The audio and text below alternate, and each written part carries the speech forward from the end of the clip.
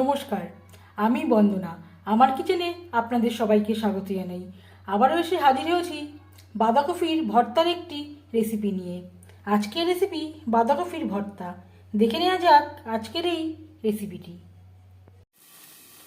বাঁধাকপির ভর্তা তৈরি করার জন্য এখানে আমি একটা বড় সাইজের বাঁধাকপি কুচি করে কেটে নিয়েছি।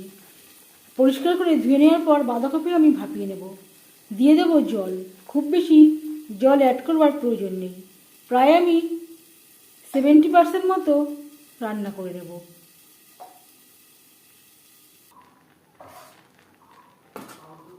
কমে আসা পর্যন্ত ঢাকনা চাপা দিয়ে রান্না করব।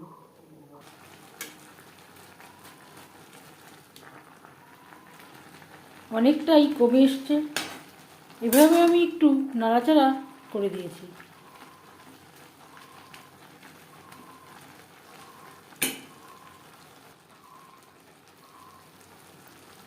গ্যাসের ফ্লেমটা বন্ধ করে দেব।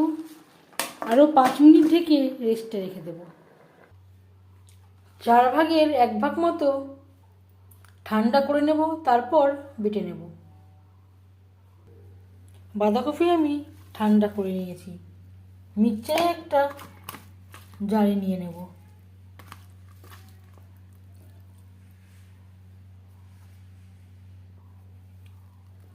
দুটো কাঁচা লঙ্কা, 4-5 কোয়া রসুন, আর দিয়ে দেব একটা টমেটো। এর একটা পেস্ট আমি তৈরি করে নেব।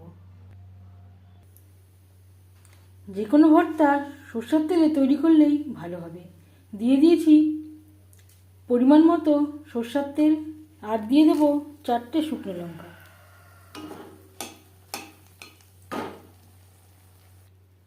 লঙ্কা ভেজে নেওয়ার পর একটা পাত্রে উঠিয়ে নেব। লঙ্কা ভেজে নেওয়া তেলে দিয়ে দেব পেঁয়াজ কুচি।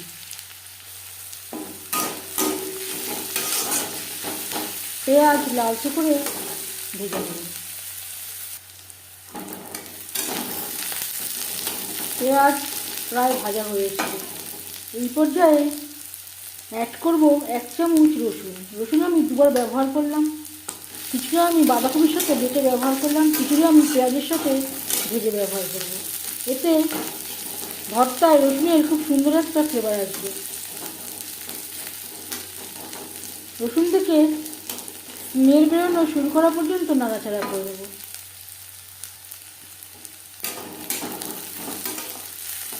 রসুন থেকে যখন স্মেল বেরোতে শুরু করে দেবে, সেই পর্যায়ে দিয়ে দেব বেটে রাখা বাঁধাকপি।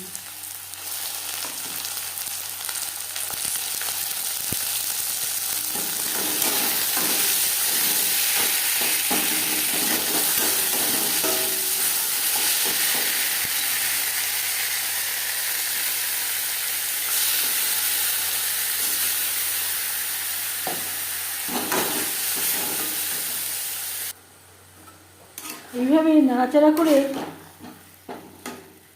জলটা শুকিয়ে নেব, ড্রাই করে নেব।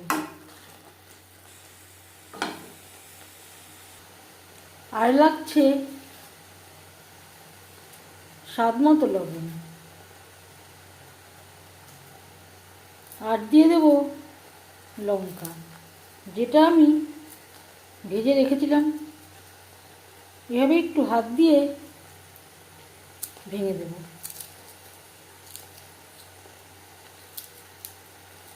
যে কোনো ভর্তায় ভাজা লঙ্কা ব্যবহার করলে স্বাদ অনেকটাই বেড়ে যায়। বেশ ভালো করে মিক্সড করে দেব। এইভাবে